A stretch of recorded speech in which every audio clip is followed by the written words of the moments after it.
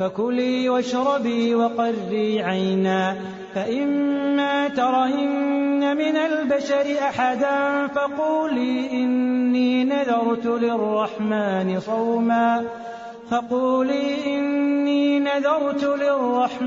صوما فلن أكلم اليوم إنسيا فأتت به قومها تحمله قالوا يا مريم لقد جئت شيئا فريا يا أخت هارون ما كان أبوك امرأ سوء وما كانت أمك بغيا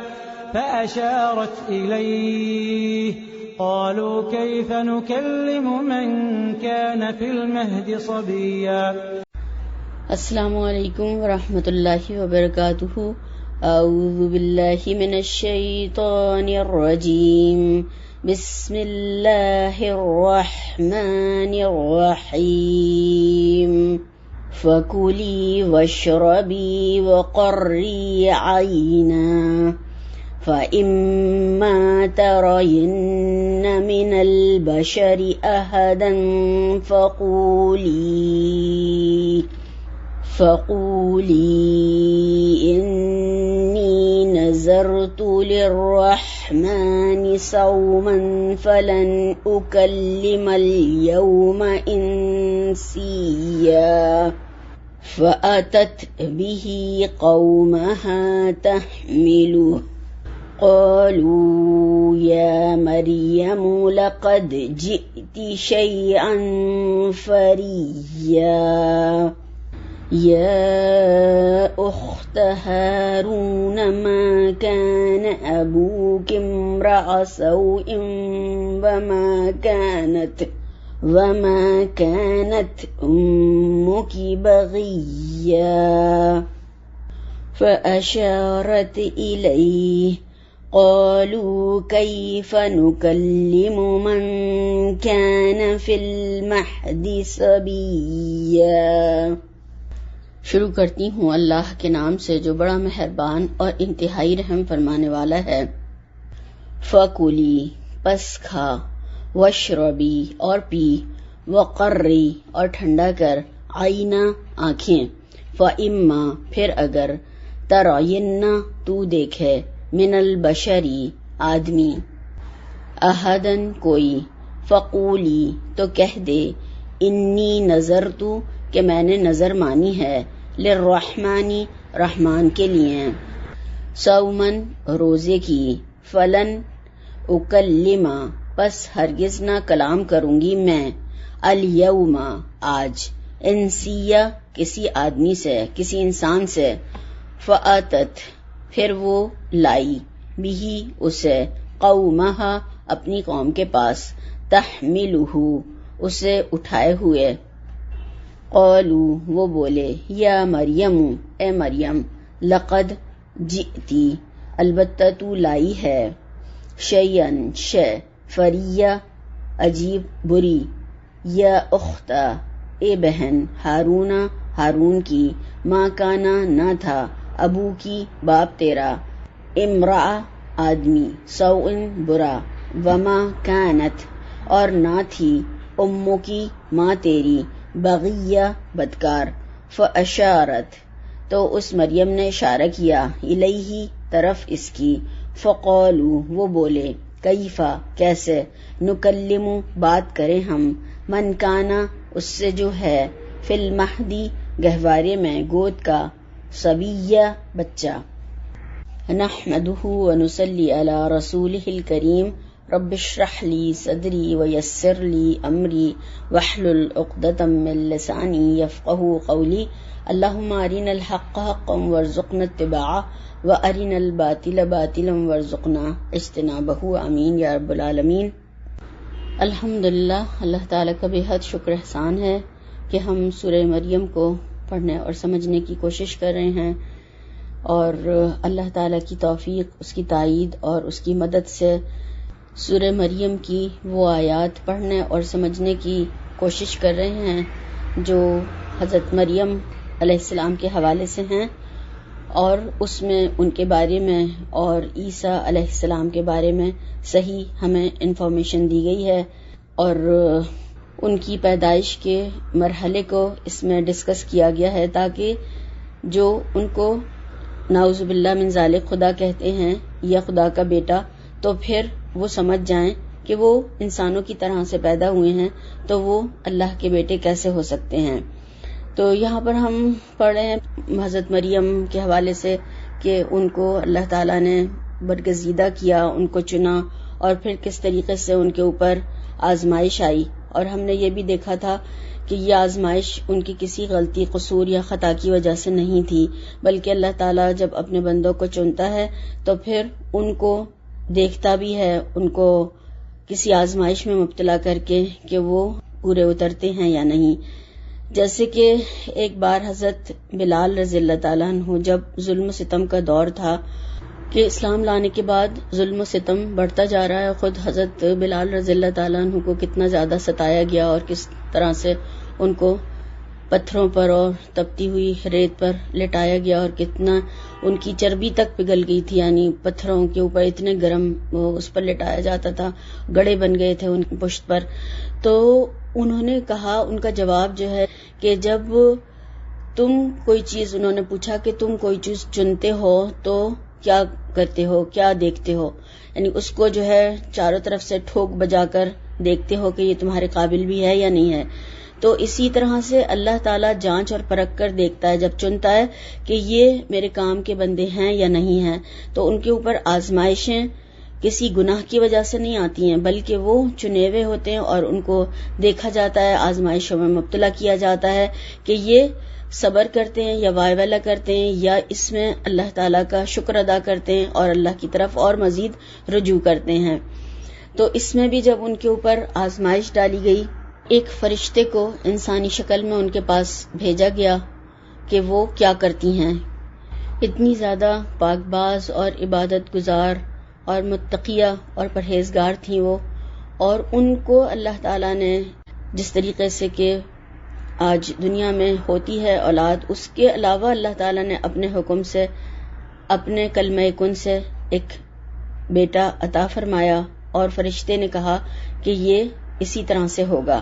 یہ اللہ کا حکم ہے اور یہ ایسے ہی ہوگا۔ جبکہ وہ تعجب کرنے لگیں کہ نہ میری شادی ہوئی ہے، نہ میں بدکار ہوں، نہ میں بری عورت ہوں، تو میں پھر میرے یہاں کیسے بچہ ہوگا؟ تو کہا گیا کہ اسی طرح ہوگا، اور اللہ تعالیٰ اس کو نشانی اور رحمت بنائیں گے، اور یہ کام طے شدہ ہے، یہ فیصلہ ہو چکا ہے، اسی طرح سے ہوگا یہ۔ پھر وہ اپنا کام کر کے جو اللہ نے ان کو کہا تھا حضرت مریم کے اوپر پھونک کر چلے گئے، اور وہ حاملہ ہو گئیں۔ جب حمل کے آثار ظاہر ہوئے تو وہ پریشان ہوئیں اور وہاں سے دور کی جگہ چلی گئیں، کیونکہ مسجد میں تھیں وہ،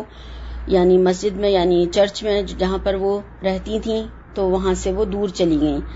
پھر جب ان کو تکلیف ہوئی اور پھر ان کو جب درد ہوا بچے کا، ولادت کا، تو پھر جو بدنامی کا خوف تھا اس کی وجہ سے انہوں نے کہا کہ کاش میں مر گئی ہوتی اس سے پہلے اور بھولی بسری یاد بن جاتی، لوگ مجھے یاد ہی نہ رکھتے، لوگوں کی یاد سے محو ہو جاتی میں۔ تو یہ انہیں بدنامی کا خوف تھا، وہ ان کو یہ ستا رہا تھا، اس کی وجہ سے انہوں نے اس طرح کہا۔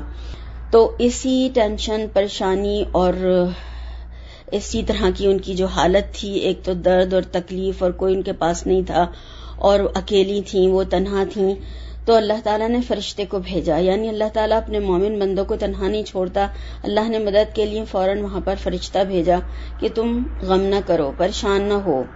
جیسے کہ ہم دیکھتے ہیں ہجرت کے وقت اللہ کے نبی صلی اللہ علیہ وسلم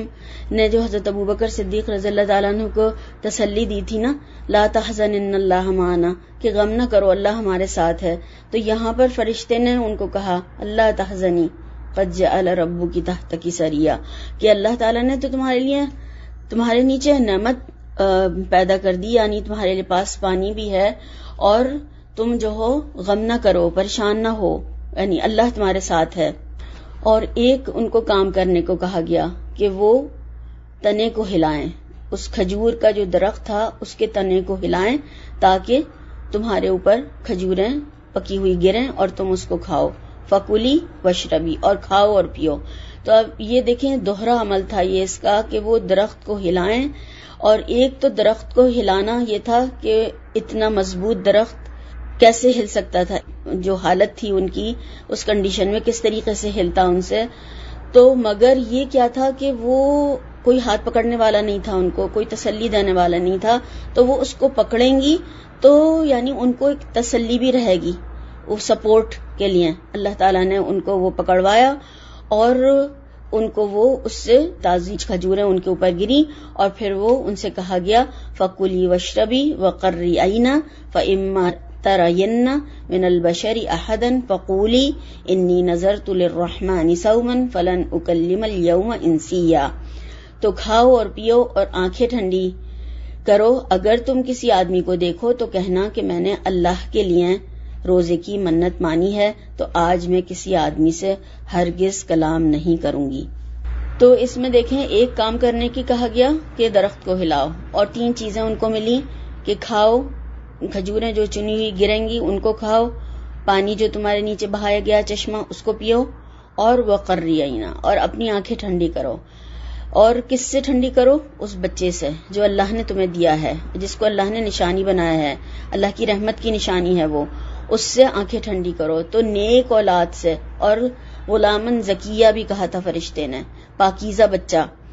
تو نیک اولاد سے پھر آنکھیں ٹھنڈی ہوتی ہیں. اور اسی لیے اللہ کے نبی صلی اللہ علیہ وسلم نے ہمیں دعا بھی سکھائی ہے، قرآن کریم میں یہ دعا موجود ہے سورہ فرقان میں، ربنا حب لنا من ازواجنا وذریاتنا وقرۃ اعین وجعلنا للمتقین اماما.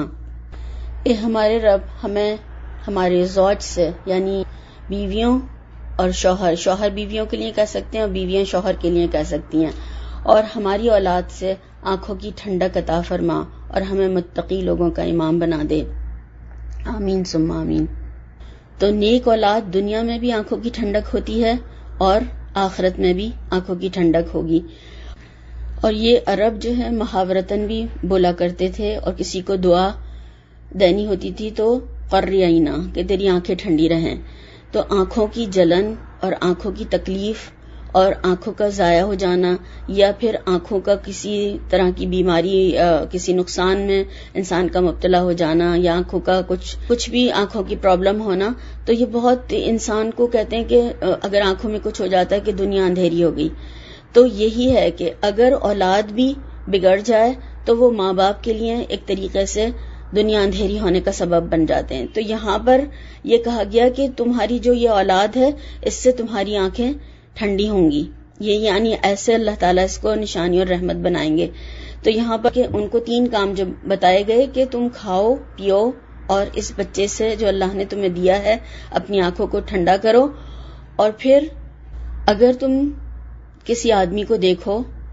تو کہنا کہ میں نے اللہ کے لیے روزے کی منت مانی ہے، تو آج میں کسی آدمی سے ہرگز کلام نہیں کروں گی، بات نہیں کروں گی. تو یعنی کتنے دن تک وہ پھر جنگل میں یا اس دور کی جگہ پر رہتی. اب بچہ ہو گیا تو ظاہر ہے وہ لے کر اس کو آبادی میں تو آنا تھا، ان کو اس جگہ پر تو آنا تھا. وہ کب تک وہاں پر رہتی؟ جنگل میں یا دور یا ویرانے میں یا جہاں پر کوئی بھی نہیں تھا. تو اگر کوئی تمہیں انسان ملے تو پھر کیا کہہ دینا، میرا چپ کا روزہ ہے. اور یہ بنی اسرائیل میں اس وقت رکھا جاتا تھا چپ کا روزہ، خاموشی کا روزہ. اور جیسے کہ ابھی ہم نے اس سے پہلے ہی پڑھا نا، حکم دیا تھا زکریا علیہ السلام کو کہ 3 دن تک وہ خاموش رہیں گے، وہ چپ رہیں گے اور بس اللہ کا ذکر کریں گے اس خاموشی میں، اور کچھ بھی نہیں، بول ہی نہیں سکیں گے وہ. تو چپ کا روزہ ان لوگوں میں رکھا جاتا تھا کہ پھر وہ کلام نہیں کرتے تھے. تو یہاں پر یہ کہہ دینا کہ میں نے نظر مانی ہے رحمان کے لیے روزے کی. تو سیام کہتے ہیں جسمانی روزہ، یعنی جس سے کہ کھانا پینا ہم بند کر دیتے ہیں، جس کا کہ ہم جو روزے رکھتے ہیں رمضان میں وہ. اور صومہ جو ہوتا ہے روحانی روزہ ہوتا ہے، یعنی انسان خاموشی اختیار کرے، بول چال ہی بند کر دے بالکل ہی، یعنی وہ کسی سے پھر کلام نہ کرے. اور پھر یہاں پر دیکھیں بحث کا کوئی فائدہ نہیں تھا، اس لیے بات کرنے کو ہی منع کر دیا گیا. بات ہی نہ کرو، اس ٹاپک کو چھیڑو ہی نہیں، بات ہی نہیں کرنی ہے. بات کرو گی تو پھر کچھ نہ کچھ اور باتیں نکلیں گی، تو تم خاموش رہو. تو خاموشی جو ہے تمام جھگڑوں کو ختم کر دیتی ہے. ایک انسان اگر بولتا رہے گا، غصے میں بولتا رہے گا، کب تک بولے گا؟ وہ پھر خود ہی بک جھک کے خاموش ہو جائے گا. تو غصے کا علاج آپ صلی اللہ علیہ وسلم نے بھی خاموشی بتایا ہے کہ چپ ہو جاؤ، وہاں سے اٹھ جاؤ، وضو کر لو، یعنی پوزیشن بدل لو اپنی، تو پھر وہ غصہ جو ہے شیطان کی طرف سے ہوتا ہے اور وہ پھر ٹھنڈا ہو جاتا ہے. اور اگر بحث و مباحثہ کرتے رہیں جواب در جواب تو پھر وہ چیزیں اور بڑھتی چلی جاتی ہیں اور اس کا کچھ فائدہ نہیں ہوتا بلکہ اور مزید معاملات بگڑنے کا ذریعہ بن جاتا ہے. فارسی کا ایک شعر ہے، پائے استدلالیاں چوبی بود، پائے چوبی سخت بے تمکیں بود، کہ استدلال جو ہوتا ہے نا، یہ بحث و مباحثہ، اس کے پاؤں لکڑی کے ہوتے ہیں اور لکڑی کے پاؤں جو ہیں وہ بہت ہی زیادہ ناپائیدار ہیں. بے تمکیں بود، بہت ہی زیادہ ناپائیدار ہوتے ہیں کیونکہ ایک چھوٹا سا کیڑا جو ہوتا ہے وہ ان کو کھا کے ختم کر دیتا ہے. تو یعنی اس طریقے سے بتایا گیا کہ یہ جو ہے بحث و مباحثہ، اس کا کچھ فائدہ نہیں ہے تو پھر اس کو چھوڑ دو. ایک کسی نے کہانی لکھی تھی کہ ایک لڑکی تھی اور اس کی سسرال میں ان لوگوں نے اس کو بہت زیادہ پریشان کیا ہوا تھا، اس کا جینا محال کر رکھا تھا. تو اس نے اپنے سسرال والوں سے مقابلہ کرنے کے لیے وہ کسی بزرگ کے پاس گئی اور اس نے کہا مجھے کوئی ایک تعویذ دے دیجئے تاکہ میں کم از کم ان کا مقابلہ تو کر سکوں، انہوں نے میری زندگی جو ہے اجیرن کر رکھی ہے. تو انہوں نے اس کو ایک پرچی لکھ کر دی اور اس کو کہا کہ جب لڑائی ہو تمہارے گھر میں تو تم اس کو اپنے منہ میں دبا لینا، دانتوں میں کس کے اس کو دبا لینا. تو جب لڑائی ہوتی تھی وہ لڑکی اس کو اپنے منہ میں دبا لیتی تھی، تو پھر کوئی کافی دن ہو گئے، وہ لڑائی جھگڑا ہی نہیں ہوا کچھ، پھر آگے بات نہیں بڑھی. تو جب کافی دن گزر گئے اور لڑائی جھگڑے کا وہ ماحول، وہ فضا، پھر لوگوں میں بھی اتنی ہمت طاقت نہیں رہتی ہے نا، تھوڑے دن گزرتے ہیں کہ وہ پھر اسی طرح کی لڑائی جھگڑے کر سکیں. تو اس لڑکی کے دل میں آیا کہ چلو میں اس کو کھول کر دیکھتی ہوں کہ اس میں لکھا کیا تھا انہوں نے، بزرگ نے. تو اس نے اس تعویذ کو کھولا تو اس میں لکھا ہوا تھا میں چپ رہوں گی، یعنی اس میں کوئی چیز نہیں تھی، صرف یہ تھا کہ میں خاموش رہوں گی. تو خاموشی جو ہے بہت سارے لڑائی اور جھگڑے اور فساد کو رفع کرنے کا ذریعہ بن جاتی ہے. تو یہاں پر بھی اللہ تعالیٰ نے جو حضرت مریم کو حل بتایا وہ کیا تھا کہ میں کلام ہی نہیں کروں گی، میں بات ہی نہیں کروں گی، میرا تو روزہ ہے، میں نے تو رحمان کے لیے نظر مانی ہے روزے کی، اور میں اب کسی سے بات نہیں کروں گی. اور ایک طریقے سے اس میں یہ بھی بات بتائی گئی ہے کہ اللہ تعالیٰ نے بچے کے معاملے میں ان کو کہہ دیا کہ تم کچھ اس بارے میں بولنے کی تمہیں ضرورت ہی نہیں ہے، تم کچھ نہیں بولنا، تم خاموشی اختیار کرو. اس کی پیدائش پر جو کوئی بھی اعتراض کرے گا اس کا جواب ہمارے ذمہ ہے، ہم خود دے لیں گے اس کو جواب. اور اس میں یہ بھی بات جو ہے وہ قابل غور ہے کہ ایک شادی شدہ لڑکی کے جب پہلا بچہ ہوتا ہے تو وہ دنیا کے معروف طریقے کے مطابق پیدا ہو تو اسے چپ کا روزہ رکھنے کی کیا ضرورت پیش آ سکتی ہے. تو اس میں جو ان کو پیش آئی، اور اگر دیکھیں تو وہی اسی پرانے طریقے کا جہالت کا معاشرہ ہے آج بھی، کہ اگر لڑکی ہو جائے تو لوگ کہتے ہیں کہ یہ اس کے یہاں لڑکا پیدا نہیں ہوا. تو نہ لڑکا پیدا کرنا اس عورت کے ہاتھ میں ہے نہ کسی اور کے ہاتھ میں ہے، یہ تو اللہ کے فیصلے ہیں کہ کس کو کیا دے، جس کو کسی کو بیٹی دے دیتا ہے، کسی کو بیٹا دے دیتا ہے، یہ تو اللہ کے فیصلے ہیں. تو اس میں بھی، اس معاشرے میں بھی ابھی بھی وہی جہالت کے قوانین رائج ہیں اور لوگ اسی طرح سے یعنی بچے کی پیدائش پہ بجائے شکر ادا کرنے کے کہ اللہ نے صحیح سالم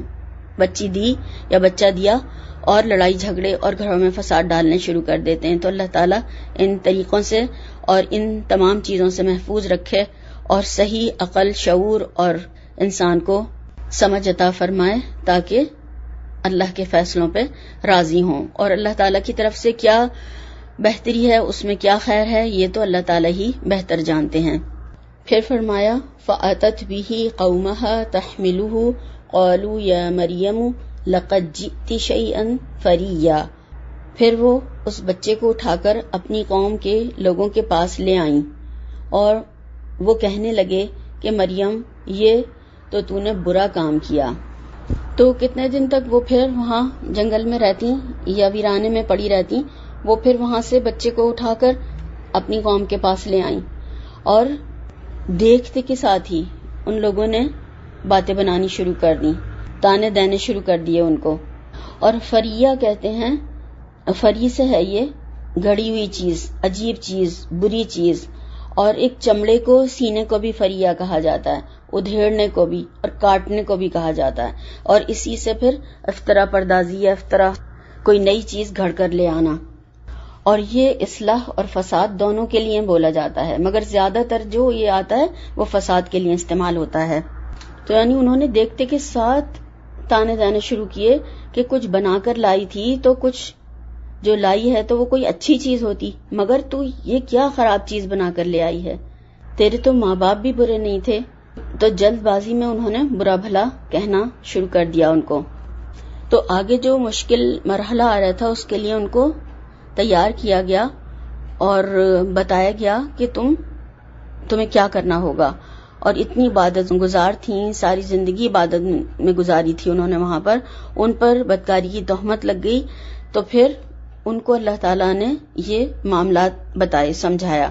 اور ان کو حکم دیا گیا کہ اس دن وہ روزہ رکھ لیں اور کسی سے بات نہ کریں، اور ان کی صداقت کو ہم ثابت کریں گے، اور یہ بات ان کی برات کے لیے کافی ہے۔ تو انہوں نے اللہ تعالیٰ کے حکم کے آگے سر تسلیم خم کر دیا، راضی بقضا ہو گئیں۔ پھر بچے کو گود میں لے کر قوم کے پاس آئیں۔ جب لوگوں نے مریم علیہ السلام کی گود میں ایک ننھا سا بچہ دیکھا تو انہیں بڑا برا بھلا کہا کہ تو خاندان کی ناک کاٹ کر آئی ہے، تو نے یہ کیا کر دیا، یہ تو نے بہت ہی برا کام کیا ہے، تیرا خاندان تو پاک دامنی میں مشہور تھا اور اس کی پارسائی تو ضرب المثل تھی، مگر تو سب کچھ نام ڈبو کر آ گئی۔ یا اخت ہارون ما کان ابوک امرأ سوء وما کانت امک بغیہ، اے ہارون کی بہن، نہ تو تیرا باپ ہی بداتوار آدمی تھا اور نہ تیری ماں بدکار تھی۔ آج بھی ہم دیکھتے ہیں یہ طریقہ ہے کہ ماں باپ کی مثال سے بچوں کو سمجھایا جاتا ہے یا سمجھاتے ہیں کہ تمہارے ماں باپ اتنے نیک تھے، تم ایسے کام کر رہے ہو۔ تو یہی انہوں نے ان کو کہنا شروع کیا۔ اس کے کئی معنی کیے گئے ہیں اخت ہارون کے۔ کہا جاتا ہے کہ ان کے ایک بھائی کا نام ہارون تھا، دوسرا یہ کہا جاتا ہے کہ یہ حضرت ہارون ان کی اولاد سے تھیں، ابراہیم علیہ السلام کے دونوں بیٹوں سے جو اولاد چلی وہ بعد میں بنی اسرائیل کہلائی۔ پھر تیسرا یہ کہا جاتا ہے اس کے بارے میں کہ عربوں کا ایک انداز ہے کہ جو جس خاندان سے ہو وہ اس کا بھائی یا بہن شمار ہوتی ہے، یعنی اسی کی طرف اس کو خاندان کی طرف نسبت ایک عربوں کا طریقہ ہے اور وہ اس سے اس کو منسوب کرتے ہیں۔ جیسے کہ ہم مثال کے طور پر قرآن میں بھی دیکھتے ہیں کہ قوم عاد، قوم سمود، قوم فرعون، تو ان کے سارے لوگوں کو اس کے نام کی طرف یعنی قوم فرعون کی طرف منسوب کیا جاتا ہے اس کے تمام لوگوں کو۔ تو یہ عربوں کا ایک طریقہ تھا، وہ اس طریقے سے منسوب کرتے تھے۔ تو عربی محاورے کے مطابق اخت ہارون کے معنی ہارون کے خاندان کی لڑکی، جیسے کہ نبی صلی اللہ علیہ وسلم کے حوالے سے ہم دیکھتے ہیں، روایت میں آتا ہے کہ آپ صلی اللہ علیہ وسلم سے منقول ہے کہ آپ نے قبیلہ مزر کے آدمی کو یا اخا مزر کہا کہ اے مزر کے بھائی۔ تو اس سے یہ بات بظاہر معلوم نہیں ہوتی کہ ہارون نامی کوئی گمنام شخص تھا اور اس کی کواری بہن ایک بچہ گود میں اٹھا کر لے آئی تو اس کو لوگوں نے کہنا شروع کیا۔ تو جس چیز نے لوگوں کا ہجوم ایک حضرت مریم کے گرد جمع کر دیا وہ یہی ہو سکتی ہے کہ بنی اسرائیل کے مقدس ترین گھرانے اور حضرت ہارون کے خاندان کی ایک لڑکی اس حالت میں پائی گئی ہے، یعنی ایک بچہ لے کر آئی ہے اور اس کی شادی بھی نہیں ہوئی تھی۔ اور مسلم، نسائی اور ترمذی کی ایک حدیث کے مطابق حضرت مغیرہ بن شعبہ کی ایک روایت ہے کہ نجران کے عیسائیوں نے حضرت مغیرہ رضی اللہ تعالیٰ عنہ کے سامنے یہ اعتراض پیش کیا کہ قرآن میں حضرت مریم کو ہارون کی بہن کہا گیا ہے، حالانکہ حضرت ہارون جو ہیں ان سے سینکڑوں برس پہلے گزر چکے تھے۔ حضرت مغیرہ رضی اللہ تعالیٰ عنہ ان کے اس اعتراض کا جواب نہ دے سکے اور انہوں نے آ کر اللہ کے نبی صلی اللہ علیہ وسلم کے سامنے یہ سارا ماجرا عرض کیا۔ اس پر آپ صلی اللہ علیہ وسلم نے فرمایا کہ تم نے یہ جواب کیوں نہ دے دیا کہ بنی اسرائیل اپنے نام انبیاء اور صلحاء کے نام پر رکھتے تھے، تو یعنی لاجواب ہونے کے بجائے ان کو یہ جواب دے کے اعتراض ختم کر دیتے۔ فَأَشَارَتْ إِلَيْهِ قَالُوا كَيْفَ نُكَلِّمُ مَنْ كَانَ فِي الْمَهْدِ صَبِيًّا، تو مریم نے اس لڑکے کی طرف اشارہ کیا، وہ بولے کہ ہم اس سے کہ گود کا بچہ ہے کیوں کر بات کریں۔ تو انہوں نے تو اللہ تعالیٰ کے حکم سے چپ کا روزہ رکھا ہوا تھا۔ جب لوگوں نے لعنت ملامت کی اور ان کو برا بھلا کہا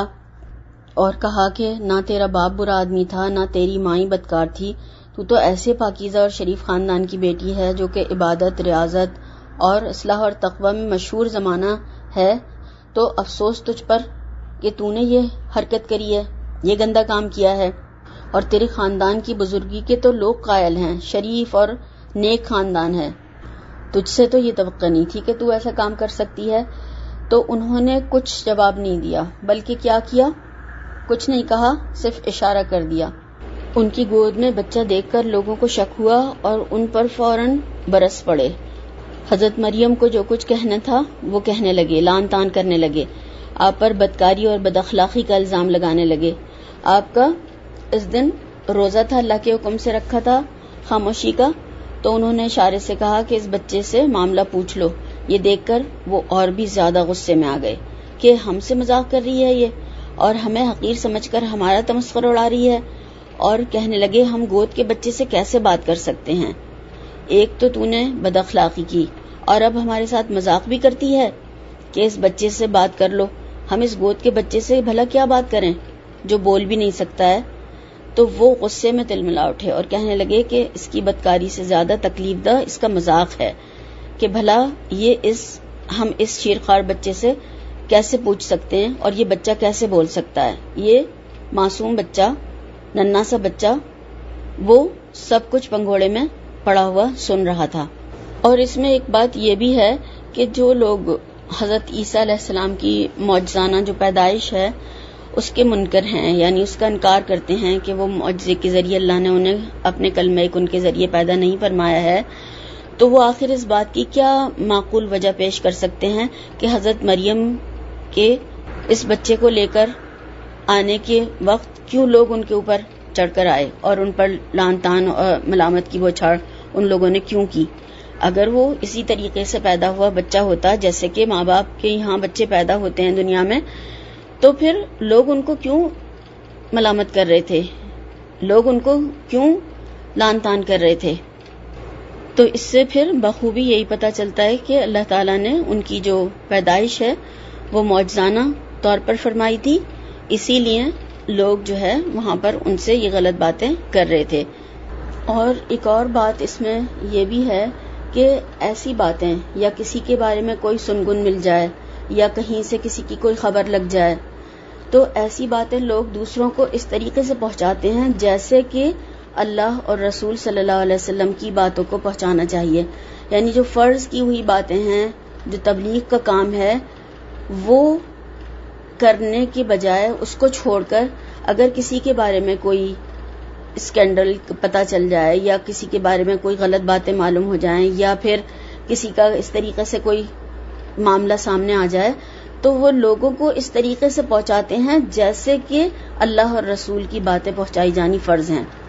تو یہ ہمارے یہاں اسی طرح سے پھر ایک زبان دوسری زبان سے وہ باتیں لیتی چلی جاتی ہے، اور کبھی کبھی تو وہ بالکل بے بنیاد اور جھوٹی اور غلط باتیں ہوتی ہیں۔ تو اس بات سے بھی ڈرنا چاہیے۔ اور جیسا کہ ہم دیکھتے ہیں کہ حضرت عائشہ صدیقہ رضی اللہ تعالی عنہا کے بارے میں جب غلط بات مشہور ہوئی تو کس طریقے سے کہا گیا ہے نا قرآن میں، سورہ نور میں ہم پڑھیں گے انشاءاللہ تعالی کہ ایک زبان دوسری زبان سے لیتی چلی جا رہی تھی اور وہ لوگوں تک وہ بات غلط بات پہنچ رہی تھی۔ تو ہمیں پھر کیا کرنا چاہیے، کیونکہ اگر کوئی گواہ نہ لایا جائے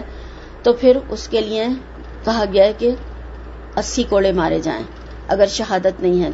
تو ہمیں اس بات سے بہت احتیاط کرنا چاہیے اور اس بات سے محتاط رہنا چاہیے کہ ہم کوئی بھی غلط بات سنیں تو اول تو اسے وہیں پر ختم کر دیں، دوسروں تک نہ پہنچائیں، اور ضرور اس بات میں احتیاط کریں، کیونکہ اگر دنیا میں سزا نہیں بھی ملی انسان کو تو آخرت کی سزا سے کیسے بچ سکتا ہے۔ اللہ تعالی ہمیں اس کی بہترین سمجھ عطا فرمائے اور بہترین عمل کرنے والوں میں شامل فرمائے، آمین ثم آمین۔ آگے انشاءاللہ تعالی عیسیٰ علیہ السلام نے جو جواب دیا وہ دیکھیں گے اور پھر آگے اس کو کنٹینیو کریں گے انشاءاللہ۔ سبحانک اللہم